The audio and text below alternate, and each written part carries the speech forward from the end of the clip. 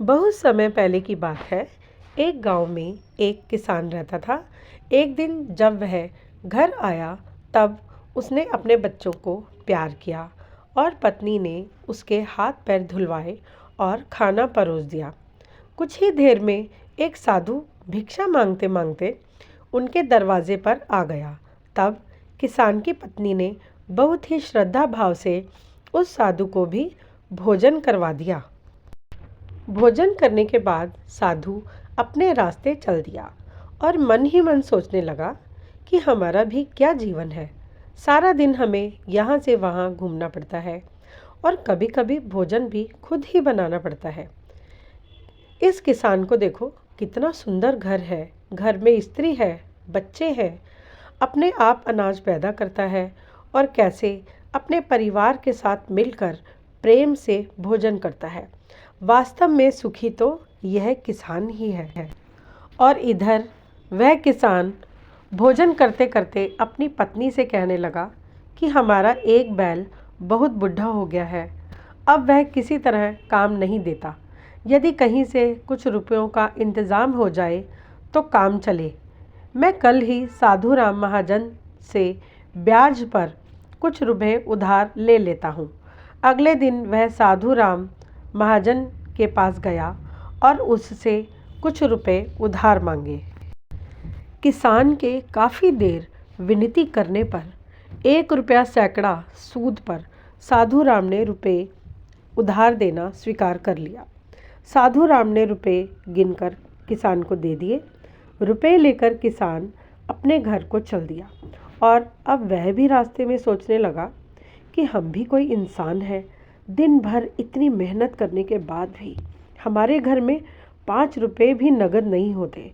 महाजन के आगे कितनी मिन्नतें करने पर मुझे यह पैसे उधार मिले हैं। और इस साधु राम को देखो, कितना धनी है।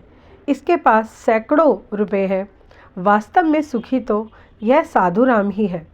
साधु राम की कपड़े की एक छोटी सी दुकान थी।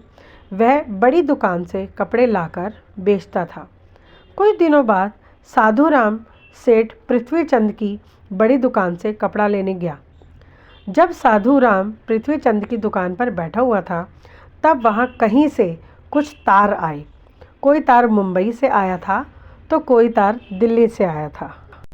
किसी में 5 लाख का मुनाफा लिखा हुआ था तो किसी में 2 लाख का। साधु राम ने कपड़ा खरीदा और वापस घर को चल दिया। रास्ते में सोचने लगा कि हम भी क्या आदमी हैं। 200-400 रुपये क्या कमा लिए, खुद को महाजन ही कहलाने लगे। परंतु वास्तव में सुखी तो यह पृथ्वीचंद है। उधर पृथ्वीचंद के पास एक तार और आ गया। उसमें लिखा था कि 7 लाख का घाटा हो गया है। वह अभी इसी चिंता में बैठा हुआ था कि तभी नौकर ने आकर कहा कि आज सेठ राय बहादुर के यहाँ बहुत बड़ी दावत है। सेठ राय बहादुर ने लाट साहब के लिए एक दावत रखी है। आपको भी वहाँ जाना है। गाड़ी तैयार है। पृथ्वीचंद गाड़ी में बैठकर राय बहादुर की कोठी पर चला गया। वहाँ सोने चांदी की कुर्सियाँ पड़ी हुई थीं। राय बहादुर जी कलेक्टर के साथ हाथ मिला रहे थे। वहाँ और भी बड़े बड़े सेठ आए हुए थे। पृथ्वीचंद भी एक कुर्सी पर बैठ गया। लाट साहब और राय बहादुर आपस में मिले और साथ बैठकर चाय पी। जब पार्टी ख़त्म हो गई तो पृथ्वीचंद घर लौटते समय सोच रहे थे कि हम भी कोई सेठ हैं। 2-4 लाख का घाटा क्या पड़ा कि इतना घबरा गए। ठाठ तो राय बहादुर जैसे लोगों के हैं जो लाट साहब जैसे लोगों के साथ हाथ मिलाते हैं। वास्तव में सुखी तो वे ही हैं। इधर लाट साहब के चले जाने के बाद राय बहादुर के सिर में दर्द हो गया। शहर के बड़े बड़े डॉक्टर उनका इलाज करने के लिए आ गए। इसी बीच उनके एक नौकर ने व्यापार में घाटा होने की खबर सुनाई। वह सर दर्द से पहले से ही परेशान थे। अब यह खबर सुनकर और भी बेचैन हो गए और चिंता में डूब गए। तभी उनके कानों में किसी की आवाज़ आई।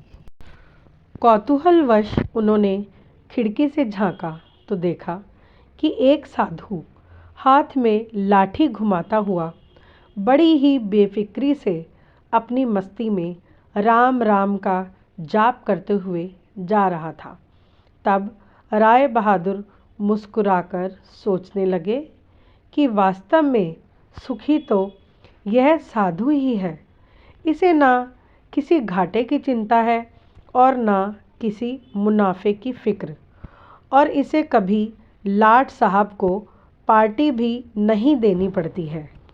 तो दोस्तों, इस प्यारी सी कहानी को सुनकर हमें यही समझ आता है कि वास्तव में सुखी तो वही है जिसके मन में शांति है। हमारे भीतर की शांति ही सबसे बड़ा खजाना है। हम चाहे कोई भिखारी हो या करोड़पति, लेकिन जब तक हमारे मन के भीतर शांति नहीं है तब तक हमें सुकून नहीं मिल सकता। जिसको कुछ ना चाहिए वही शहंशाह। दोस्तों, अगर यह कहानी अच्छी लगी तो कृपया कहानी को लाइक कीजिए और मेरे चैनल आओ कहानी सुनो को सब्सक्राइब कीजिए। धन्यवाद।